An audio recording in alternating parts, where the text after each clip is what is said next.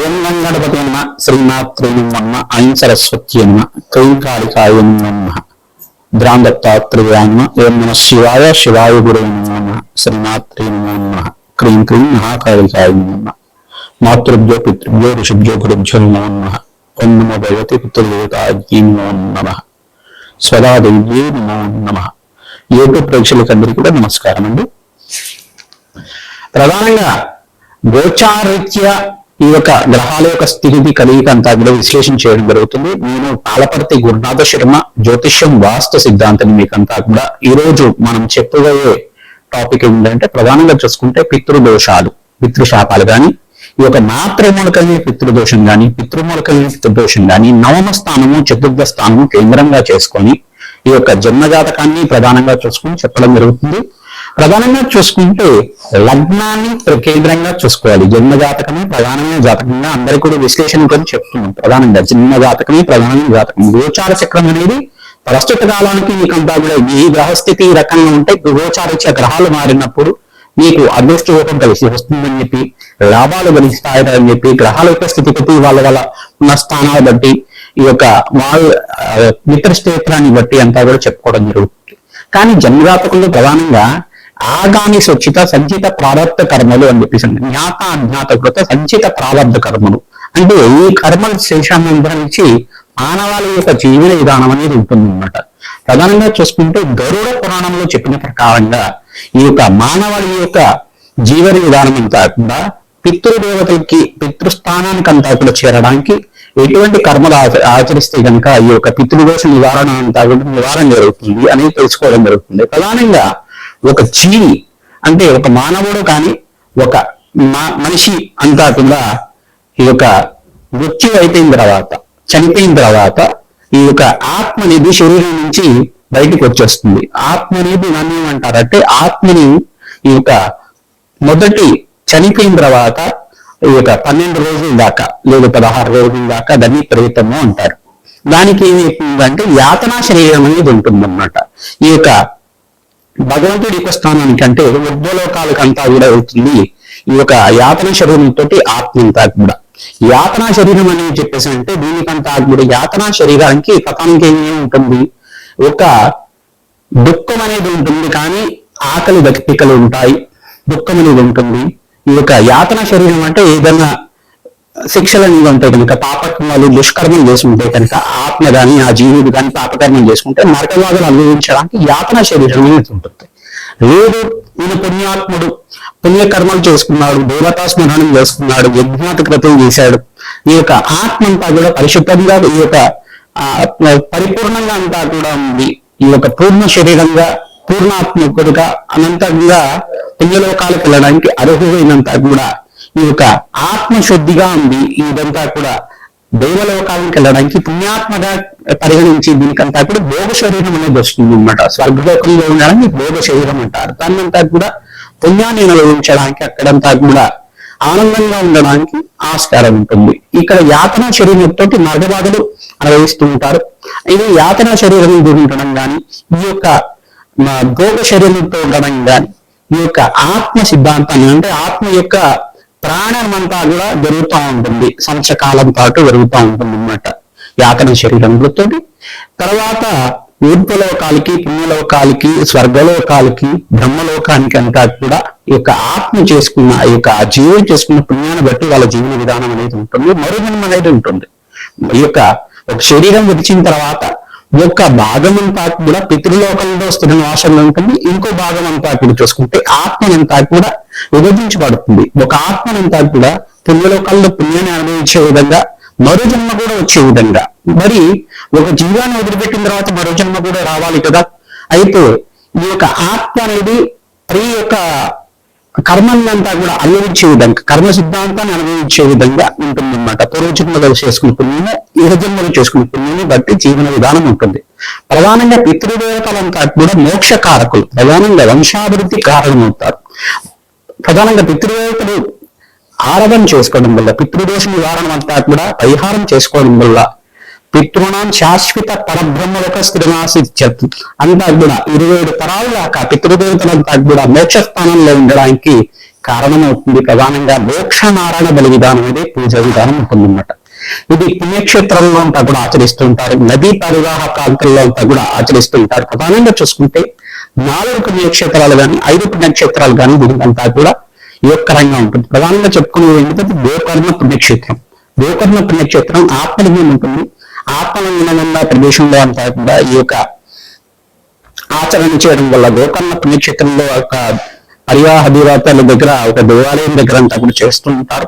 నదీ ప్రవాహం దగ్గర అంటే సముద్ర మార్గం దగ్గర అంతా చేస్తూ ఉంటారు. కావున ఈ పుణ్యక్షేత్ర ప్రాంతంలో అంతా కూడా అత్యంత పుణ్యప్రదంగా మోక్ష నారాయణ బలి విధానం చేయించుకోవడం, తిలహోమాన్ని ఆచరించడం వల్ల జన్మజాతకంలో మీకు పితృదోషం కానీ పితృశాపం కానీ ఉంటే గనక ఈ పరిహారం ఆచరించుకుంటే పితృణాం శాశ్వత పరబ్రహ్మ ఒక స్థితిమాదిత్యత్వం అని చెప్పేసి వేదం అంటుంది. కనుక ఈ యొక్క పితృదేవతలు ప్రీతికరంగా 4 తరాల వాళ్ళ పేర్లంతా కూడా మధ్వంశాన మాతృవంశానం, ఈ యొక్క నీ వంశానికి చెందిన వాళ్ళు తండ్రి వంశము, తర్వాత అమ్మగారి వంశము, సబంధు కానీ ఎవరైతే కనుక చిన్న వయసులో కాలం చేశారు, అనుకోకుండా యాక్సిడెంట్ లో పోయారు కానీ, చిన్న వయసులో అనారోగ్యంతో పోయారని చెప్పేసి కానీ గతించిన వాళ్ళ పేరు మీద అంతా కూడా పిల్ల ప్రదానం చేసి తిలతర్పణాలు చేయించి తర్వాత తిలహోమం అనేది ఆచరించడం, ఈ యొక్క బ్రాహ్మణుడికి అంతా కూడా భోజనాలు పెట్టడం అనేది జరుగుతుంటుంది అన్నమాట. అక్కడంతా కూడా వత్సదానము, తిలదానము అని కూడా షోడశ దానాలన్నీ కూడా చేస్తారు. గురుదానము, హిరణ్య దానం, భూదానం కూడా చేయవచ్చు. ఈ యొక్క ఆవు దూడని కలిపి ఈ యొక్క వృషభాన్ని కలిపి అంతా కూడా ఈ యొక్క భూమాత దానం చేసుకోవడం వల్ల 6 నెలల గ్రాసం అంతా కూడా దానం చేయడం వల్ల పితృశాపం నుంచి నివారణ కలుగుతుంది. సర్వే పితృణం శాశ్వత మోక్షసిద్ధి ప్రాప్త్యర్థమైన సంకల్పంతో పితృదేవతలంతా కూడా పరబ్రహ్మ లోకంలో స్థిర నివాసంగా ఉండడానికి ఆస్కారం ఉంటుంది. ఈ యొక్క ఆత్మశుద్ధి కలగడానికి ఆ జీవుడికంతా కూడా సంపూర్ణమైన పూర్ణ శరీరం లభించడానికి సమయం పడుతుంది. వాళ్ళు చేసుకునే పుణ్యాన్ని బట్టి మరో జన్మ అనేది ఆధారంగా ఉంటుంది. మరియు మీరు చేసుకునే వాళ్ళకి సంతానంగా ఉండేవాళ్ళు ఆ యొక్క ఆత్మకి పుణ్యలోకాలు గతించాలి, పుణ్యలోకాల్లో తగ్గుల సిద్ధించాలి, మోక్ష ప్రాప్తి కలగాలి అంటే కనుక మీరు మీ పితృదేవత ప్రీతికరంగా దాన హోమాది కార్యక్రమాలు ఆచరించాలి, అన్నదానం చేయాలి. తద్వారా పితృశాపం నుంచి బయటపడడానికి ఆస్కారం ఉంటుంది. జన్మజాతకంలో వశాత్తు ప్రధానంగా ఏం చెప్తారంటే చతుర్థ స్థానము, 9వ స్థానం అంతా కూడా కేంద్రంగా చెప్పడం జరుగుతుంది. లగ్న చక్ర వశాత్తు లగ్నం తెలుసుకుంటే లగ్నం చూసుకోండి, లేదు రాశి తెలుసుకుంటే అంటే రాశిని చూసుకోండి. ప్రధానంగా చూసుకుంటే జన్మజాతకంగా అంతా కూడా విశ్లేషణ చేయడం జరుగుతుంది. కాబట్టి లగ్నాన్ని ప్రామాణికంగా చెప్తున్నాను. ఇక్కడ అంతా కూడా ప్రధానంగా 3 గ్రహాలంతా కూడా దీనికి కేంద్రంగా చెప్పుకుంటారు. రాహు గాని కేతువు గాని 9వ స్థానంలో ఉంటాయి కనుక లగ్న చక్ర వశాత్తు ఈ యొక్క పితృదోషం ఉంటుంది అని చెప్పేసి అంటారు. మరియు సూర్య భగవానుడు రాహుతో పాటు కలిసి ఉన్న ఏ లగ్నమైనా కానీ మరియు శని యొక్క వీక్షణ అంతా కూడా 9వ స్థానంలో ఉన్న సూర్య భగవానుడి మీద ఉన్న, చతుర్థ స్థానంలో ఉన్న సూర్య భగవానుడి మీద ఉన్న పరస్పర వీక్షణ అంతా కూడా ఉన్నా కానీ ఈ యొక్క పితృదోషం వర్తిస్తుంది. పరస్పరంగా పుత్రులకి మరియు తండ్రికి అంతా కూడా విభేదాలు అనేది ఉంటాయి. ఈ యొక్క మనస్పర్ధలు అనేది ఉండడం కానీ, ఏక విగ్రహం రాయడానికి సమయం ఉండడం కానీ, అన్నతమ్ముల యొక్క సఖ్యత లేకపోవడం కానీ ఇవన్నీ కూడా పితృదోషం కారణమవుతుంది. సంతానం అనేది ఆలస్యంగా జరుగుతూ ఉంటుంది. సంతానం అనేది కళ్యాణం అయిన తర్వాత ఆలస్యంగా జరుగుతుండడం కానీ, కొంతమందికి పుత్ర సంతానమే ఎక్కువ అవుతుండడం కానీ, స్త్రీ సంతానం లేకుండా ఉండడం కానీ, కొంతమందికి అయితే 4 కానీ 5 కానీ స్త్రీ సంతానం ఉండడం కానీ ఇవంతా కూడా పితృదోషం కిందే పరిగణించబడుతుంది. ఎంత ప్రయత్నం చేసినా ఈ కష్టాలు, ఆర్థికమైన కష్టాల నుంచి బయటపడడానికి మార్గం దొరకపోవడం కానీ, అన్ని ధనం ఉన్నప్పుడు కూడా మనశ్శాంతి లేకపోవడం కానీ, రోగబాధలతో దీర్ఘకాలికంగా రోగబాధలతో ఇబ్బంది పడుతుండడం కానీ, అనుకోకుండా ఆ అకాల మరణాలు చెందుతుండడం కానీ, చిన్న వయసులో వివాహం కాకుండా అకాల మరణం చెందుతుండడం కానీ ఇవన్నీ కూడా పితృదోషానికి కారణమవుతుంది. ఈ దోషం నుంచి పరిహారం కావాలి అంటే కనుక నేను చెప్పే పరిహారం అంతా కూడా విశ్లేషణ చేసుకుంటూ ఉంటుంది. తర్వాత మీకు అంతా కూడా పరిహారం చెప్పడం జరుగుతుంది. మీకంతా కూడా చెప్పిన పరిహారం మీరంతా కూడా పాటిస్తే కనుక పితృదోషం పితృశాపం మాత్రమే దోషం కానీ బయటపడడానికి ఆస్కారం ఉంటుంది. తులారాశి తులలగ్న జాతకులకి ప్రధానంగా చూసుకుంటే మీ జన్మజాతక వశాత్తు లగ్న చక్ర వశాత్తు ప్రధానంగా ఈ యొక్క పితృదోషం కానీ మాతృమూలకమైన పితృదోషం కానీ ఉందా లేదా నిర్ధారణ చేసుకోవాల్సి ఉంటుంది. జ్యోతిష పండితులతో ఈ జాతకం చూపించుకొని విశ్లేషణ చేసుకుంటే కనుక పరిష్కారం జరుగుతుంది. ప్రధానంగా చతుర్థ స్థానంలో రాహు గాని కేతువు గాని, ప్రధానంగా 9వ స్థానంలో గాని రాహు గాని కేతువు గాని ఉండడం, పరస్పర వీక్షణతోటి శనీశ్వరుడు వీక్షణ సూర్య భగవానుడి మీద ఉండడం, చతుర్థ స్థానంలో గాని, పంచమంలో గాని, 9వ స్థానంలో గాని, 8వ స్థానంలో ఉన్న సూర్య భగవానుడి మీద ఈ యొక్క శనీశ్వర వీక్షణ మీద ఉంటే కనుక దీన్ని పితృదోషం, పితృశాపం అంటారు. ప్రధానంగా ఉంటే కనుక ఈ పితృదోషం నుంచి బయటపడడానికి మీరంతా కూడా మోక్ష నారాయణ విధానం ఆచరించాలి. ప్రధానంగా హిరణ్య దానము, గోదానము, భూదానం ఆచరించాలి. తిలతర్పణాలు చేయాల్సి ఉంటుంది. శ్రాద్ధ కర్మలు ఎప్పుడైతే తిథి వస్తుందో తప్పకుండా తిథిని పాటించడం, పిండ ప్రదానం చేయించడం, బ్రాహ్మణోత్మకంతా కూడా స్వయంపాక దానం చేసుకోవడం, యథాశక్తిగా అన్న సమారాధన అంతా కూడా చేయడం, అన్నదానం చేసుకోవడం వల్ల పాపాలన్నీ కూడా పటాపంచలైపోతాయి.